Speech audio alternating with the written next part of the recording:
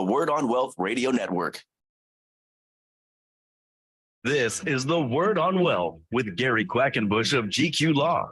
Gary is a San Diego financial solutions attorney, protecting people like you. The Word on Wealth team of financial experts is here to answer your questions and help preserve your family's financial future. You're live. Happy Friday, everybody. Welcome to Word on Wealth. This is Gary Quackenbush, your host here on the Word on Wealth. Today is Finding Joy Friday, and I am very excited because Noah works very hard with me, mostly him, to put together the guests that we have for our Friday shows. So we have developed a friendship with Edwin Edebiri. He is the CEO of Happiness.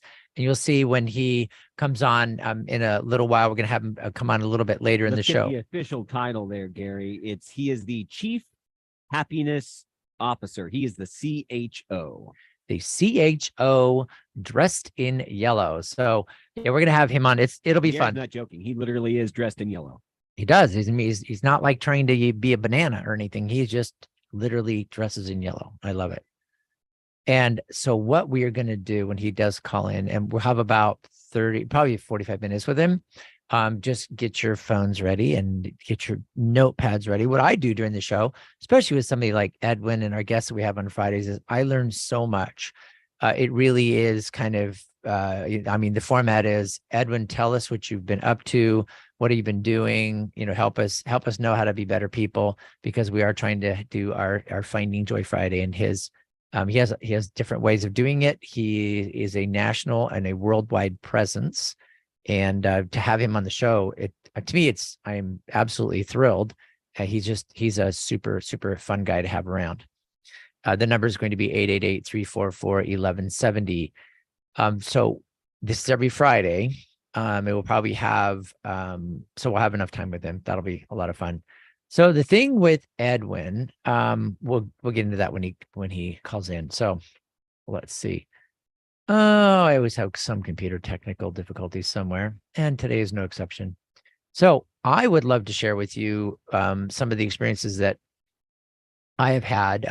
We've done this for quite a long time. We've had a lot of Fridays. We've probably had 30 or 40 different guests. Some of them have been repeating. A little bit of a follow-up. We had Chad Stewart, C.R. Stewart is his pen name, and he's the author of the Britfield series, the Britfield Institute.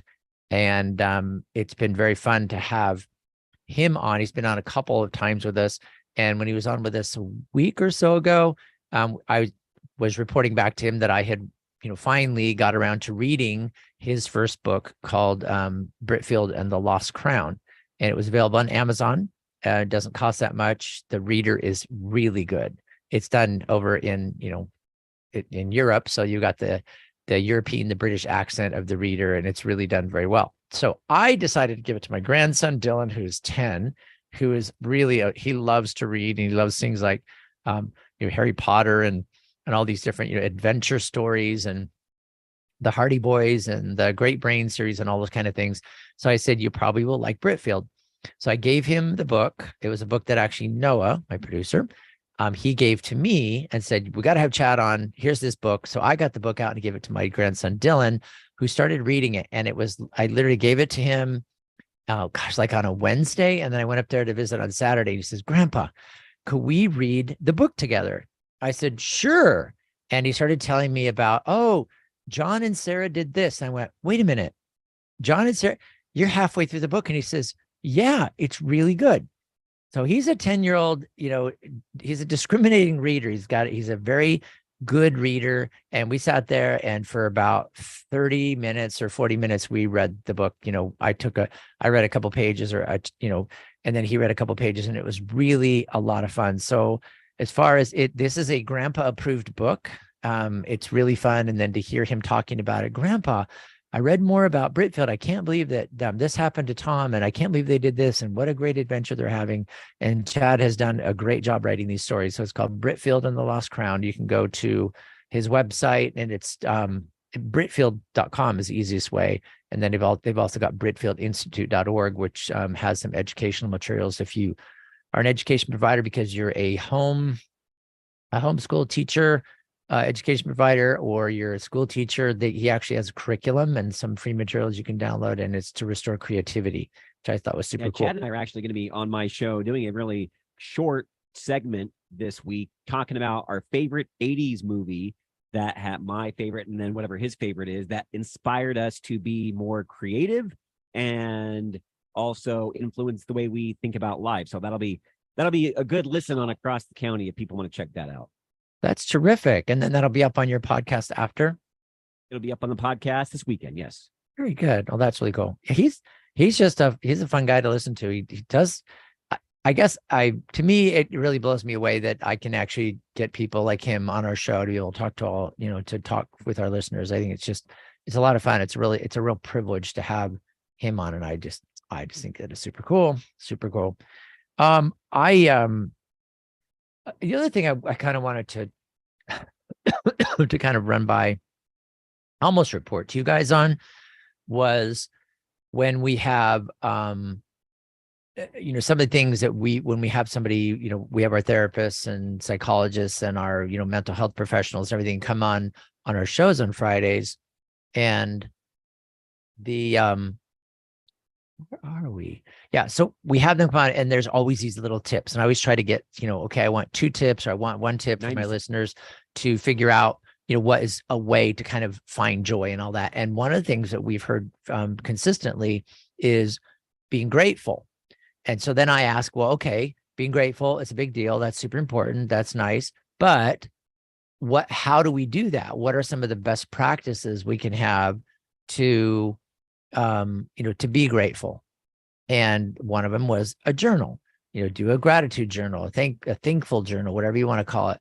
And so I started one of those. I've been doing it for quite a while. And I thought, it'd be fun to report on that. I still do it. I make it really easy because I don't like anything difficult. I make it really easy to do a gratitude journal. I just do it every day. It's a written journal. It's on Evernote, a program that I have on my computer. And that helps me figure out each day. So I just put in, I'm grateful for ... one for day 1. And then I put one thing. I'm grateful for somebody that smiled at me or whatever. And I just do one-liners. I have had friends of mine that say, oh yeah, I do my gratitude journal. I do 10 things I'm grateful for every day. And to me, that's awesome. But for me personally, that is totally not sustainable. And I need something that I can feel good about. In 30 days from now or 6 months from now, I'm still doing it. And they're doing once a day is totally doable and totally manageable. And now I've got literally 1 a day for, 3 years. That's 1,000 entries. So it's really fun to look back and see what I've been grateful for. Also, it gives me kind of an index for my regular journal. Like if I was grateful for something on a certain day, then I can usually go back in my journal and find that particular entry that kind of talks about that day. You're listening to The Word on Well. Today is Finding Joy Friday, and we've got Edwin Edebiri, the Chief Happiness Officer, coming up next here on The Word on Wealth. You've got questions. We've got answers. This is The Word on Wealth with Gary Quackenbush of GQ Law. Gary's here to give you peace of mind with expert estate planning, trust administration, inheritance, and probate. Call Gary to build, protect, and transfer your wealth. 855-500-TRUST. GQlaw.com. You're saving and investing for the future, and that's good. Have you ever stopped to think, where does my money actually go? This is faith-based investing with Anthony Wright. Most Christian families don't understand this one thing. The money that you're saving for retirement helps fund the abortion industry as well as other liberal anti-family causes. It's the sad, dirty little secret of American investing world. And here's the good news, though. You probably also didn't know that just a few minutes of your time and we'll screen and clean your investments for you. There's no cost, no obligation.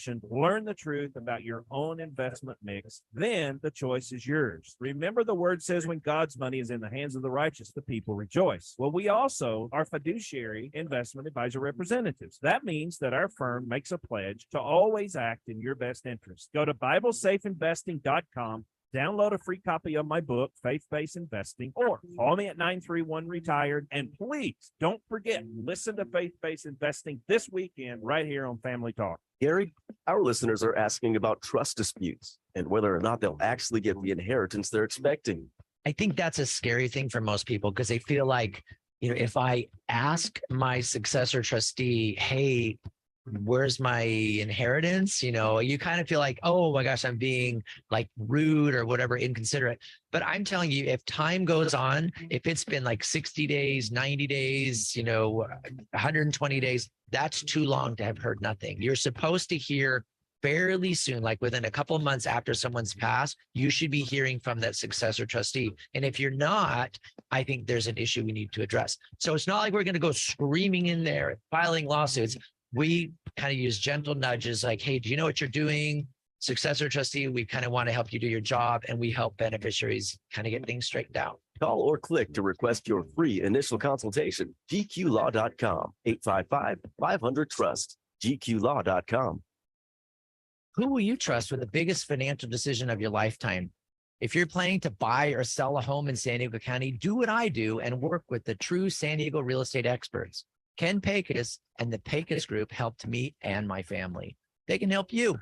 This is Gary Quackenbush of The Word on Wealth. You hear Ken every week here on The Word on Wealth. He's our expert. He's got integrity, exceptional service, deep knowledge of the San Diego, Coronado, and South Bay regions. These are just some of the reasons that Ken Pecos has completed hundreds of transactions. He manages a powerful team of professionals at the Pecos Group. From single-family attached homes to luxury high-value waterfront properties to apartment buildings, Ken Pecos is ready to help you avoid problems and costly mistakes. Learn more online at kenpecos.com. That's Ken Pecos, Pecus.com. Or call 619-977-8419. DRE number 010566969, brokered by eXp Realty. Hi, I'm Gus.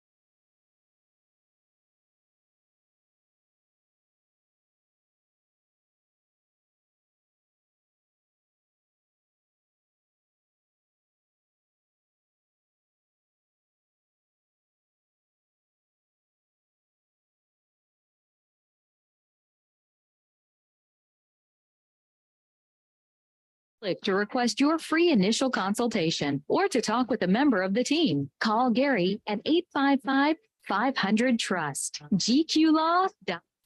Happy Friday and welcome back to The Word on Wealth. Tony, those of you that are listening to this on the podcast, I was told by what my show producer, Tom, he said, don't ever say welcome back because on the podcast, there's no break. So that way, there's like, okay, we're going to take a break. Welcome back. And so anyway, you guys know, those of you that have been listening to me for a long time, I'm an attorney. I'm not a professional broadcaster. So thank you for being patient and forgiving me for all of my little faux pas on the radio. I also do get asked a lot, which is kind of funny. Somebody says, oh, so you have a podcast. And I say, actually, I do have a podcast. Oh, what's it called? It's called The Word on Wealth. But I'm actually on the radio, like a real radio show, like you can listen to it in your car, in your homes. No way. Wow, that's really different. Yeah, this isn't a podcast unless you're listening to it on podcast, and then it is a radio show converted to a podcast. So yes, we are live and local here. Live and local. And Gary, we have a very, very special guest with us right now. The Chief Happiness Officer, Edwin Edebiri, is on the line. No way. How did we manage that? Edwin Edebiri, how are you doing, man? I am happy, Gary. Thank you for having me. Oh, we are just happy to have you on. Noah and I were talking this week and going, we need somebody to pep us up. We need somebody. And Noah said, oh my gosh, we have not had Edwin on The Word on Wealth for so long. So Chief Happiness Officer, thank you so much for being with us today.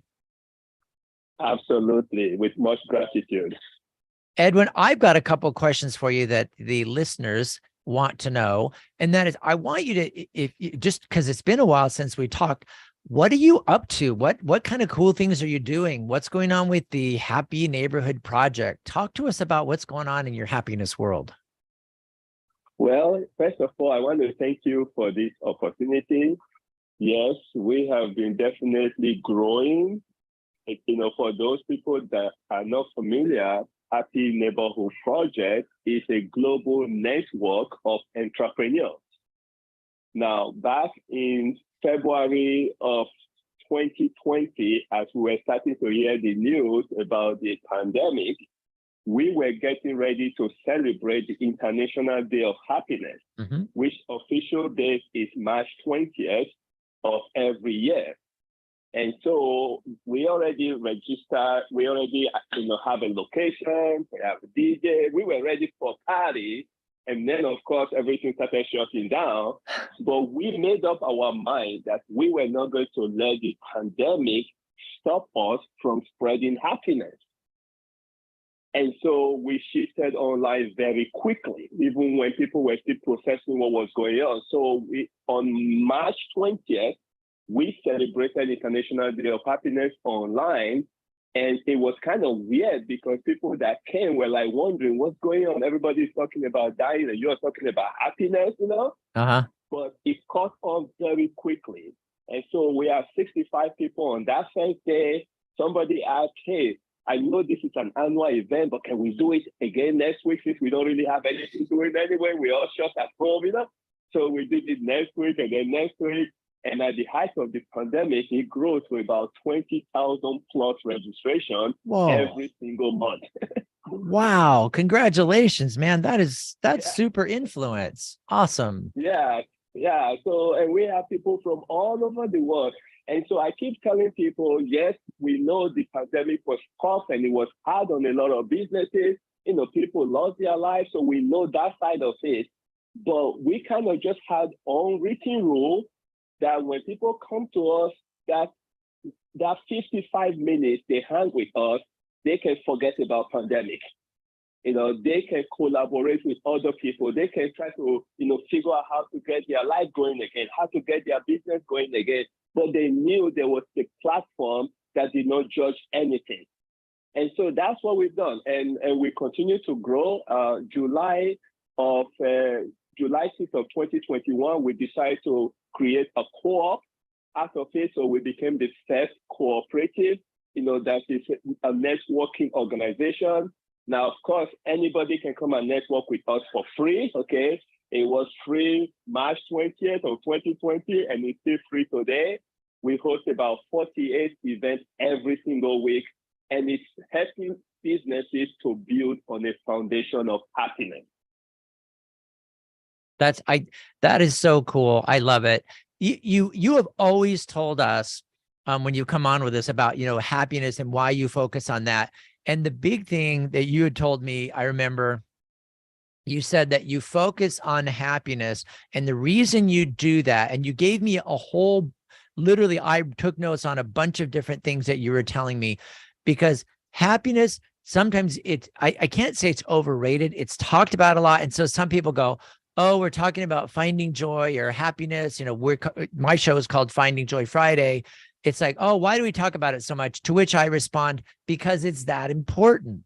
Now, your thing is we focus on happiness. You have this network, the Happy Neighborhood Project, happyneighborhoodproject.com.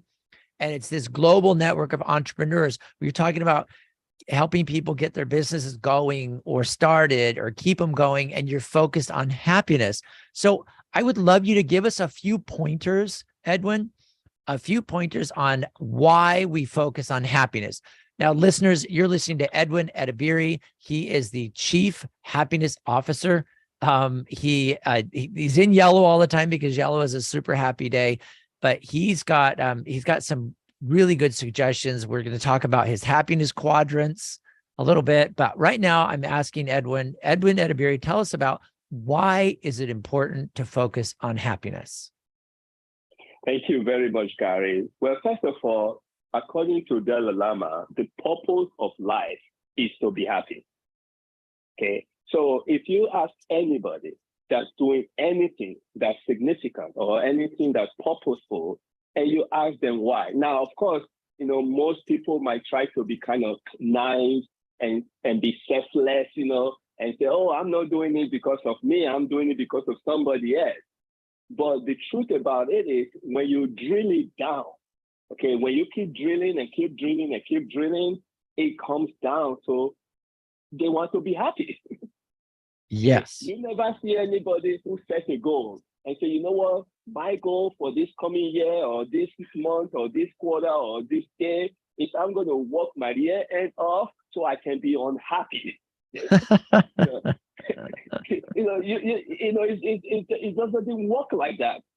We live in this world as a social being, is to contribute to the happiness of others while we are getting happy ourselves. One of the things I tell people when they come to me, usually people, once they hear I'm Chief Happiness Officer, they'll come to me and say, oh, Edwin, can you make me happy, And I say, no, I don't have that kind of power, okay? If I do, I'll probably be richer than Elon Musk, okay? But I don't. But what I do know is I can teach you how to be happy. And one of the very simplest things anybody can do to increase their happiness is to be of service to other people.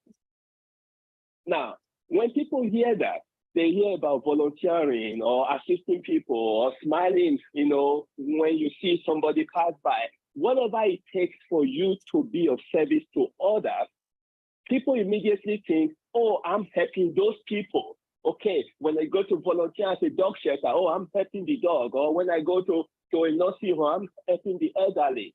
Yes, you are. But research has also tell us that in the process of you doing that, you are actually helping yourself. Okay. And it's a complete win-win situation. Absolutely. And the thing about that, Edwin, is that a lot of people, they're just almost like, oh, I don't want to do something for myself, and that's really selfish and it's self-centered. But that's really not true. If your goal is to try to find happiness, you try to find joy, then you do certain things that make that happen. It's like if you're running a business, you do certain things to make business better. And if you say the bottom line in my business is I just want to help people, I go, that's not true. The bottom line in your business is you want to earn money, because money brings you freedom, and then freedom to do what you want brings you happiness. Bottom line is I work because I want to be happy. And I love that, in this context now, learning to be happy is you're doing service to others, not with an expected reward, but what happens naturally is as you reach out and go outside of yourself, you, in the process of serving, find joy and happiness. And then it's like, wait, service does make me happy. So I will serve that person because that makes me happy. And I understand that. But then I love how it's this full circle. If you just keep on that, and you recognize your purpose in life is to be happy and to help others, to contribute to their happiness. I just love that idea. That's wonderful. Well, Gary, let me just kind of add to the example you just gave. Okay, so people can start to put things in proper perspective. Even a business person that says, oh, my purpose is to help other people, right? If you run a business in such a way that you are not making money, you are not going to be around too long to be able to use it to help people. Right. Okay. So your ability to run the business well actually then enhance your ability to help all the people you want to help. 2 minutes. See, with happiness, you cannot give what you don't have. So if you're telling me, oh, I'm just doing this to make other people happy, you're going to get to some point what I call compassion fatigue. Okay, where you are not stopping to say, hey, wait a second, what is in it for me? I know that because of that phrase became popular, it made people think, oh, you're selfish to think like that. No, if you don't think what is in it for me, there's going to be a time where you have nothing to give out. I'll give you a quick example, Gary.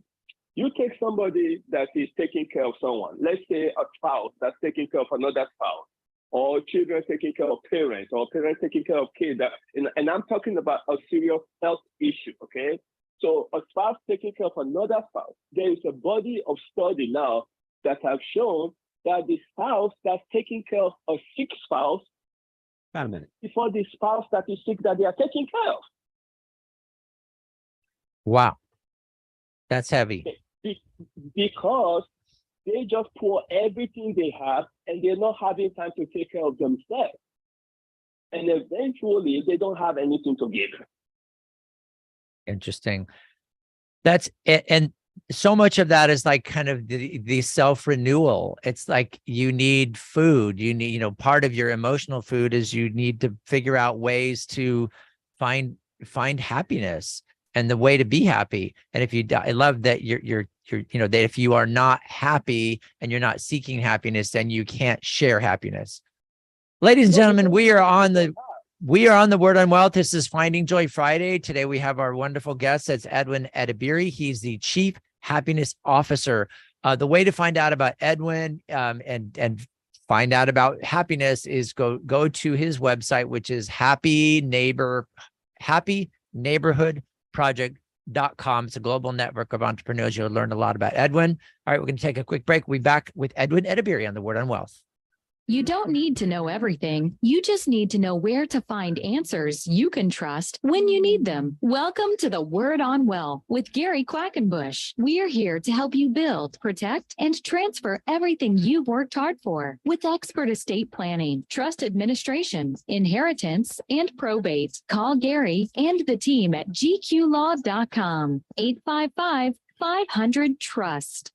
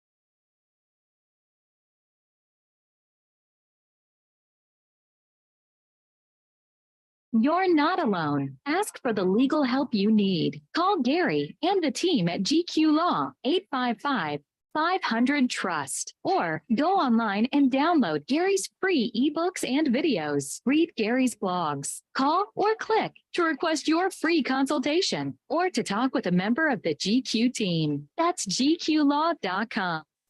55500. All right. Happy Friday, everybody. Today is Finding Joy Friday on the Word on Wealth. Today is the day where we talk about wealth without a dollar sign in front of it. So as said by my son, Matt, who is a trauma therapist, he said that wealth is the state of enoughness. So if you feel like you're wealthy in whatever that is, whether it's emotionally or physically or financially, when you feel wealthy, you feel like you have enough, the state of enoughness. And we are talking to Edwin Edebiri. We have the privilege of having him on the show today, right up to the top of the hour. This is the Chief Happiness Officer. He is the founder of happyneighborhoodproject.com. And this guy puts in the time to help people find happiness, find joy, figure out ways to help others be happy. And we're in the process of kind of digging down through that process and getting some great advice from our friend Edwin Edebiri on the happiness process here.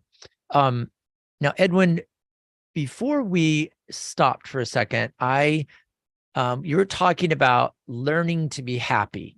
And because we know that to contribute to the happiness of others, which is really the purpose of our life, to be happy and to contribute to the happiness of others, that to do that, we need to learn how to be happy. So I'm taking my notes on that.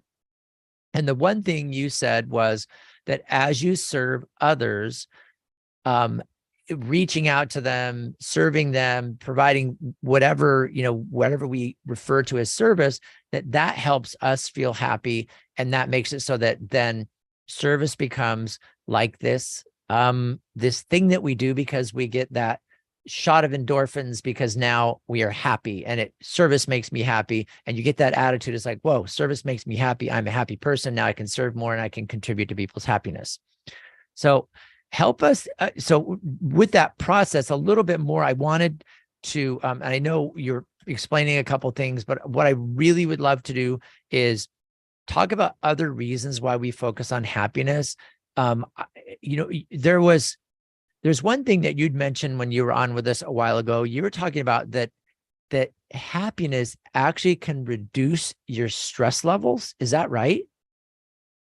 Absolutely. And one of the things we do in our networking event, and by the way, we host about 48 plus events every single week right now, okay? Wow. All over the world, right?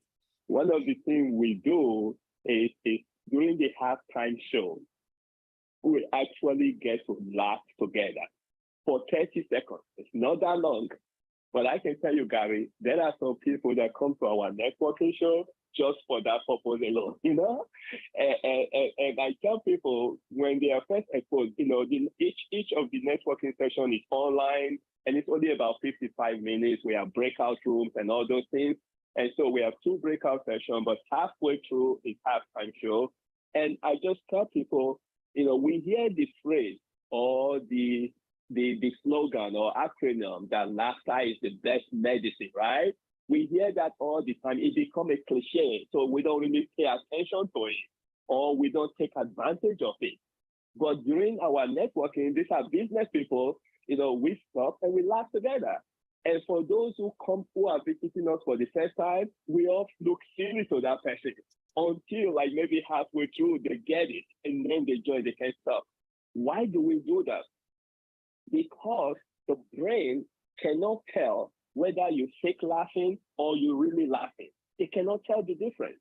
It will still secrete the same hormone that is required to relax your body. It reduces your stress level and it actually increases your happiness.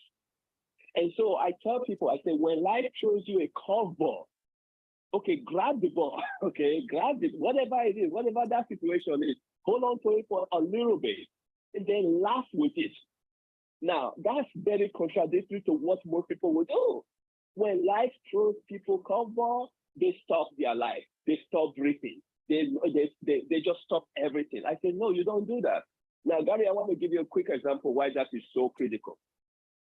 Again, everything I say is either based on my own research, which I've actually gone out over time and I interview over 1,000 individuals on the subject of happiness. So I have my own data or data of other organizations like Harvard Medical School and University of San Diego and all these people. They've done a lot of research. So here is what we know. When you are happy, you are more creative. You are more resilient. Overall, you are more productive. Now, if you take unhappy counterparts, guess what? They are less creative, they are less resilient, and they are less productive. So I'm telling people, if you have a challenge in your life, what condition would you rather be? Would you rather be happy where you know you can solve that situation better, or unhappy where you cannot really help yourself? I vote happy. Yeah, I vote happy all the time. So now here is the struggle. Some people say, well, if you're unhappy, it's not your fault. I get that. I also understand that. And this is where the whole narrative needs to change. Okay. I want to change the narrative from happiness as an emotion, which is what all of us believe, and which it is, whether you're talking to psychiatrists, psychologists, grief counselor, everybody says happiness is an emotion. But they stop there. And when you stop as happiness as an emotion, you are powerless. You go through emotional roller coaster. You are happy when things are good. You're not happy when things are not good. And that's too much wear and tear on the body and on your soul. So I say, let's move it from happiness as an emotion to happiness as a skill. And so there are certain skills you can develop, like I'm sure you teach, skill about money, okay, and skill about stuff. You can learn the skill, and when you have it during the good time, when the bad time comes, those habits and skills you develop will kick in. So you are never really down for too long, and then you can maintain your level of happiness. I love that. Okay, that's great. Okay, so if we're saying that happiness, if we understand happiness as an emotion, which is pretty common to believe, happiness is an emotion, then emotions go up and down. So you have your roller coaster of emotions, wear and tear on your body and soul. And then it's like you have to figure out how to get back to the happy state. And that's very taxing. Your suggestion and what you are converting the world to believe and understand is, if happiness is a skill, then you can learn to be happy. And as you learn to be happy, and as you exercise these skills to be happy, then you get the muscle memory of happiness. And if you get, to a situation where you have a difficult day, a challenging day, these things that are going on, life, the messiness of life and families and relationships, you can still be happy because you have this skill to convert your situation to happy. Is that about right? Exactly. That is pretty right. And also, too, even if you're unhappy, you will not be unhappy for too long because you know what to do to get yourself out of it. I'll give you a quick one of my skills that I teach people now. This is not a very easy skill to learn. So it's good to learn it while the going is good, okay? I call it the 3-minute rule. Okay, 3-minute rule. Now, I have gotten it down to 3 minutes. So the average person will not start at 3 minutes. I can tell you that right now. And they should not try to start at 3 minutes. It might be 3 hours, it might be 3 days, it might even be 3 weeks, okay? But I hope it's not too long because the brain has a way of rewiring itself. So how does the rule work? So let's say, for example, now something terrible happened to me, and because of 2 minutes. So now what I consider terrible is so high before it can be terrible to me, right?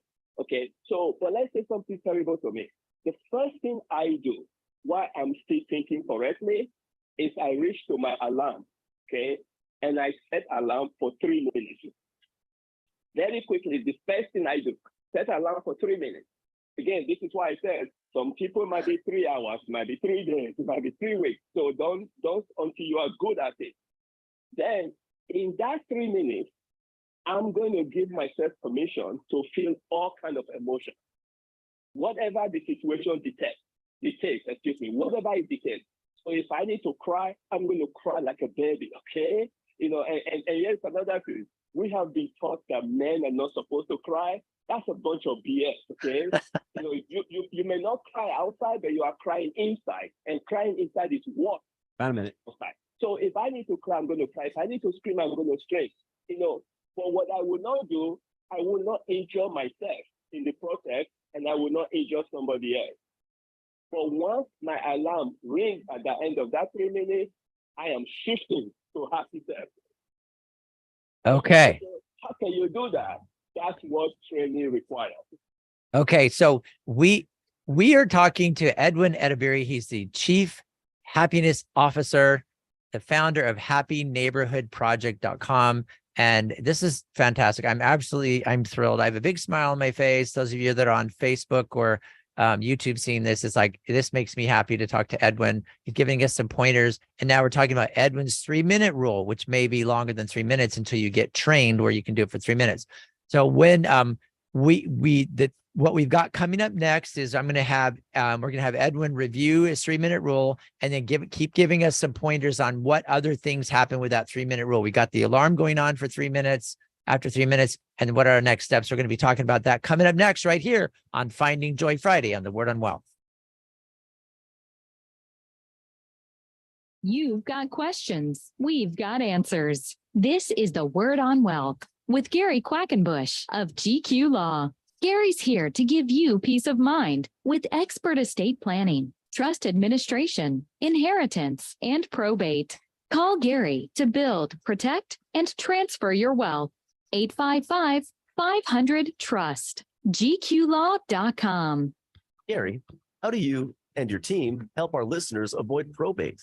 Well, first of all, probate is a process that involves attorneys, judges, and sometimes contesting parties. And so we try to avoid probate at pretty much all costs. The way we do that is setting up living trusts, setting up properly documented wills, putting the property like houses, cars, bank accounts in that trust so that it avoids probate.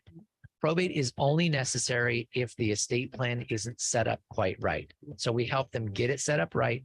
And mainly that's done through a properly created living trust.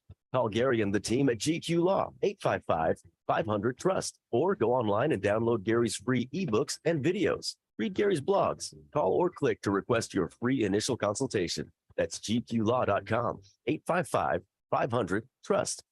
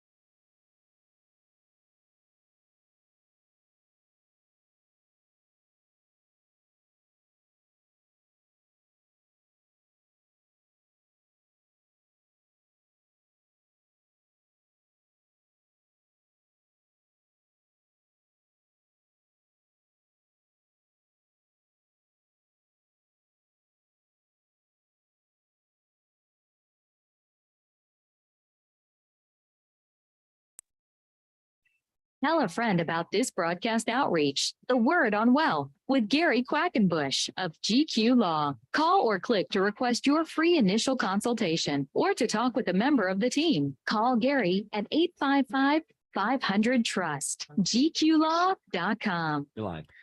Right. You're listening to the Word on Wealth. We are here on Finding Joy Friday on the Word on Wealth. Wealth today is our emotional and mental wealth. I was told a long time ago when I started this show, I was told, don't mention mental on the air because then people are going to go, oh no, I'm not listening. Something's wrong. But this is our mental health day. This is it. Finding Joy Friday here on the Word on Wealth. We talk about money Monday through Thursday. And on Friday, we talk about our own mental health, our mental wealth. And to talk about that today, we have the Chief Happiness Officer, and that is Edwin Edebiri. He's written books. He's written blogs. He's got a podcast. He's got the happyneighborhoodproject.com. And it's a global network where they have free meetings weekly, these network events to help people get referrals, keep their business going, and be happy. I love it. This is fantastic. So we are right in the middle, and Edwin's going to be with us for the next couple of minutes. So we got to drag his stuff out of his brain a little bit more because I want to know about Edwin's 3-minute rule. What I have so far is if I am feeling unhappy, then the first thing I do is I grab my alarm and I set my alarm for 3 minutes. Now, this is if you're good at it. You know, Edwin's saying it may take you 3 minutes, it may take you 3 hours or 3 days, but still I'm going to set my alarm and say, okay, I'm giving myself these, for example, 3 minutes to be emotional. Now, you talked about crying and I wasn't, is this also allow us to be screaming and yelling, or how does that work with the permission to be emotional? Whatever it takes. That is just the bottom line. You see, because people say, oh, Edwin, you can't be happy 24/7. Something must be wrong. You must be taking it. Every human being have issues. And the truth is, every human being have issues, but most human beings have not learned how to deal with that issue. Now, Gary, I'm going to give you something that's very, very simple, and it will surprise you, okay? Yeah. People that get into a fight or domestic abuse, they get to court, the judge will sentence them to anger management, right? Mm-hmm. Because somehow we have been told if you can manage your anger, you'll be better. Have you ever thought about what if that person was sentenced to happiness management? Better. Now, we live in a society that will not allow that, okay? The society is not going to be allowed. I mean, somebody punched you in the face and they went to court and they just sentenced them to happiness management. That's not going to work. Okay? But the truth is this, a happy person is not going to go about hitting somebody in the face. Right, exactly. Now, a happy person is not going to wake up one day and say, hey, you know what? I want to take my life. Or I want to take somebody else's life. Happy people don't do that. And so, because our society is more negative driven, we're more going to say, hey, go learn how to manage your anger instead of go learn how to be happy. Okay. Now let's go back to the 3-minute rule very quickly. Yes. Again, this is something that you practice. So let's say, for example, somebody just got fired. Okay, most people haven't learned this. Again, this is why we are moving from happiness as an emotion to happiness as a skill. I'm saying, let's look at happiness like we are learning how to play basketball. We're learning how to play soccer. We are learning how to read and write or do mathematics. Our brain knows how to get better doing those things. And so practice, it doesn't make perfect. Practice makes improvement. The same thing with happiness. So let's say I lose my job. Now, the first thing I'm thinking is set my alarm, right? My boss just told me you are fired, okay? First thing is I set my alarm. Then I'm going to decide what is the right emotion for me to feel right there. I'm thinking, damn, what did I do? These people screw up or I screw up, whatever it is. I'm going to give myself permission, and that's the key word, is give yourself permission to go through all the emotions. Because if you try to deceive yourself that you don't want to go through the emotion or you hold it in, it's going to explode without your control. I'm saying give yourself permission, go through that emotion. That's where if you need to scream, you scream. If you need to cry, you need to cry, but again, don't hurt yourself or hurt somebody else. Then here is the key. Once the alarm rings, that signals in your brain that it is time to shift. And it goes back to the first example I gave to you. I already know based on research and my own training that whatever the situation is, I cannot deal with it when I am unhappy. Being unhappy is not going to get me another job. I'm not going to come to Gary's office right now and I say, hey, Gary, yes, my resume, I'm really mad at the wall, man. I'm really upset right now. I can punch somebody in the face. I'm angry. What are you going to do with my resume? Thank you very much. And we will call you if we want any more information. Exactly. Don't call us. We will call you. Okay. Yep. But if I'm able to shift right away to practice and update my resume and I come into your office with all smile and everything, you're not going to know that was people just fired until maybe we're discussing about it later on after you hire me. Mm-hmm. So the key is that go to the happy place because you can be better at that place. So the reason I said it cannot be 3 minutes in the beginning is somebody that just gets fired may need a couple hours, may even need a couple days, may even need a couple weeks. I just hope it doesn't take too long. And here is the danger of letting it take too long, okay? Whenever something terrible happens to us as human beings, we are going to be unhappy like right away. It's almost like an automatic, okay? And then we get depressed, right? We get depressed because that's what is called a situational depression. You know, your loved one just call you and say, hey, I don't love you anymore. You're not just going to jump up and be happy unless if you were already anticipating it, you know? But otherwise, you are going to go into some situational depression. You lose a job that you were not expecting to lose, you go into situational depression. So there's a lot of stuff that causes situational depression because the situation has changed, and it changed so drastically you were not expecting it. But here's the way the brain works. If you don't change the situation back and you just let it be, it can gradually go from situational depression to clinical depression.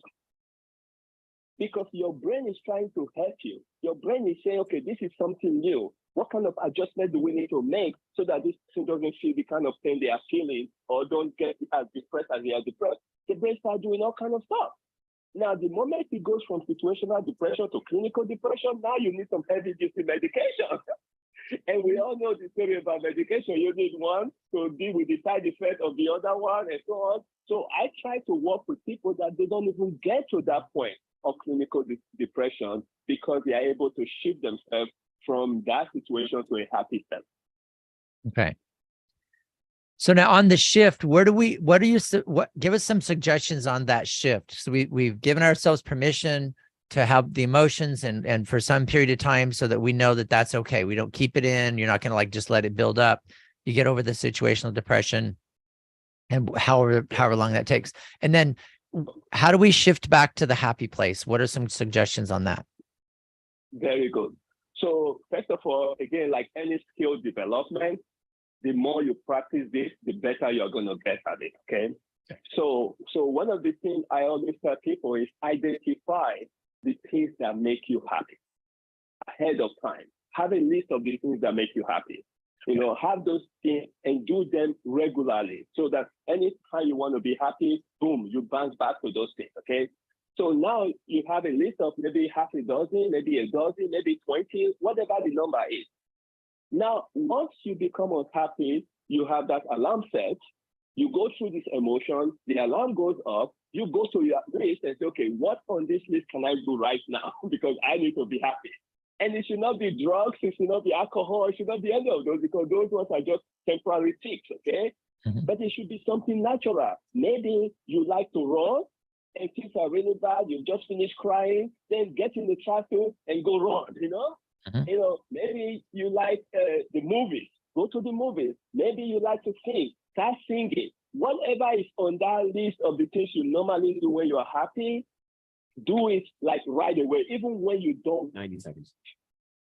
Because you want your brain not to go the side of trying to plan for this new thing that just happened to you. You want your brain to focus on what you normally do anyway.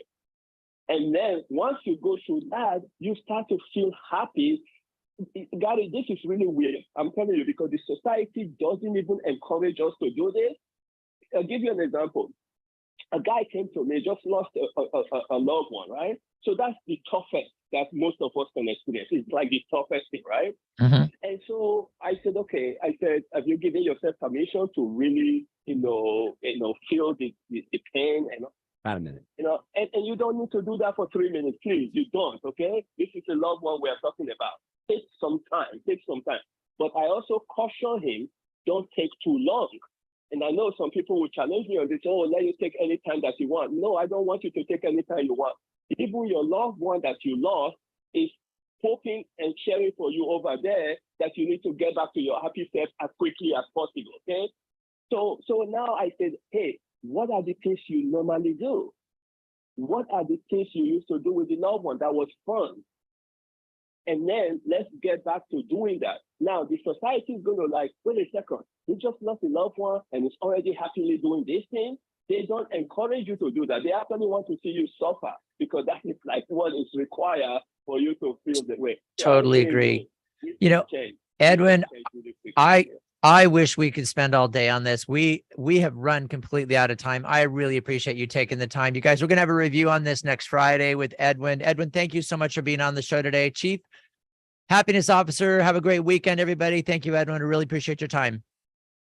Thank you so much for having me. Tell a friend about the Word on Wealth. Well, we can either do a review or you can have him back on next Friday. Oh, that's right. Never mind. You said